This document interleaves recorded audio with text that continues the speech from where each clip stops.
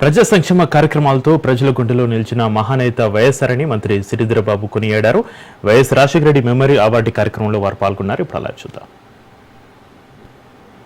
నిరంతరం కృషి వలుడిగా పనిచేసిన వ్యక్తిగా 2004లో ప్రతి సందర్భంలో కూడా 1999 నుంచి 2004 వరకు మేము ప్రతిపక్ష సభ్యులుగా ఉండి ఎప్పుడు కూడా సిఎల్పి నాయకులుగా అనేక సందర్భాల్లో మాట్లాడుతూ వారు చెప్పింది ఒకటే, రైతు సోదరులకు ధైర్యం కల్పించే విధంగా మీరు ధైర్యంగా ఉండండి. ఆనాడు ఉన్న కరెంటు సమస్యలను దృష్టిలో పెట్టుకొని, ఆనాడు రైతు సోదరులకు సంబంధించిన ఇబ్బందులను దృష్టిలో పెట్టుకొని మొత్తం దేశ చరిత్రలోనే రైతులకు మేలు చేయాలని మేము ప్రభుత్వంలోకి రాగానే 7 గంటలు ఉచిత కరెంటు ఇస్తామని చెప్పి ధైర్యాన్ని వలికి రైతుకు ధైర్యాన్ని ఇచ్చిన మహనీయులు డాక్టర్ వైఎస్ రాజశేఖర రెడ్డి గారు. ఎన్నికల వెంటనే 2004 సంవత్సరంలో మేము కూడా ప్రత్యక్ష సాక్షులం. ఆనాడు చాలామంది అంటే ప్రత్యేకంగా అధికారులు 7 గంటలు విద్యుత్ సరఫరా ఉచితంగా ఇవ్వటం కష్టం, రైతు సోదరులకు కొద్ది రోజుల తర్వాత ఆలోచన చేస్తామని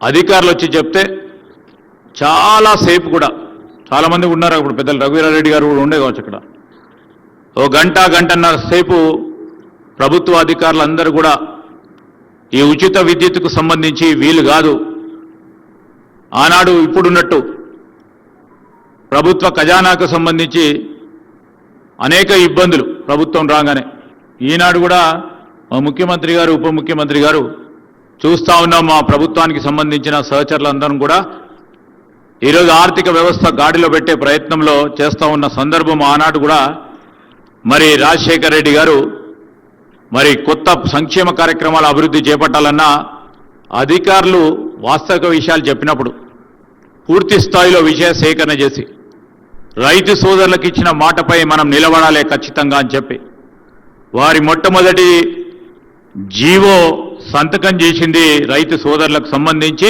ఉచిత విద్యుత్తు. ఆనాటి నుంచి కూడా ఉచిత విద్యుత్ నడవదని చెప్పిన వారు కూడా ఇది 2025వ సంవత్సరం ఆనాడు మొదలుపెట్టిన ఉచిత విద్యుత్తు ఈనాటి వరకు కూడా నిరంతరంగా ఏ ప్రభుత్వాలు వచ్చినా ముందుకు నడుపుతూ రైతు సోదరులకు సంబంధించి ఒక దుఃఖిచిగా నిలబడ్డ వారి ఆలోచన విధానాన్ని ఈరోజు మనం జ్ఞప్తికి తెప్పుకోగలుగుతాం. తప్పకుండా మా బాధ్యత అని చెప్తా ఉన్నాం.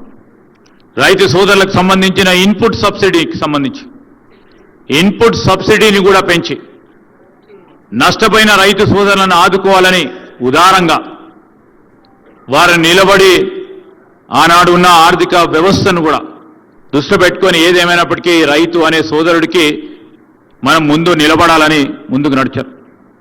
మనందరికీ కూడా ప్రత్యక్ష సాక్ష్యం, ఆ రోజు రుణమాఫీ జరిగినప్పుడు రుణమాఫీ విషయంలో ఆనాడు సోనియా గాంధీ గారు మన్మోహన్ సింగ్ గారు ప్రధానమంత్రిగా ఉన్నప్పుడు పూర్తి స్థాయిలో మన రాష్ట్రానికి సంబంధించిన రైతు సోదరులకి పెద్ద ఎత్తున రుణమాఫీ జరిగితే సరి అయిన సమయంలో రుణం కట్టుకున్న వారికి కూడా మేలు చేయాలని ఒక ప్రత్యేకమైన జీవో తీసుకొచ్చి ఏ రాష్ట్రంలో లేకుండా అందరి రైతులకు కూడా సహకారం అందించిన మహనీయుడు గొప్ప నాయకుడు మన రాజశేఖర రెడ్డి గారు. ఈ సందర్భంలో వారి పేరిట మెమోరియల్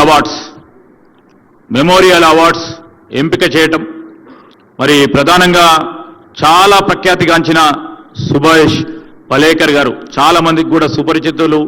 వారు చేసిన ప్రగతి, వారి రాష్ట్రానికి సంబంధించి దేశానికి సంబంధించిన వ్యవసాయ ఉత్పత్తులకు సంబంధించిన అంశం విషయంలో గొప్ప ప్రయత్నం చేసిన వారు.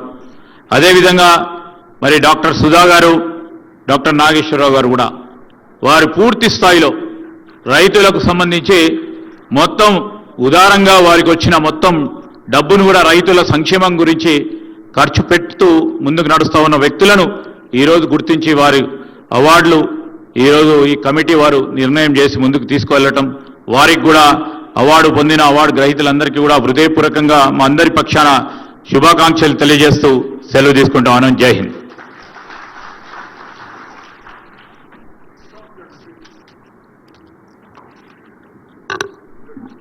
ఇప్పుడు ఒక ఏవి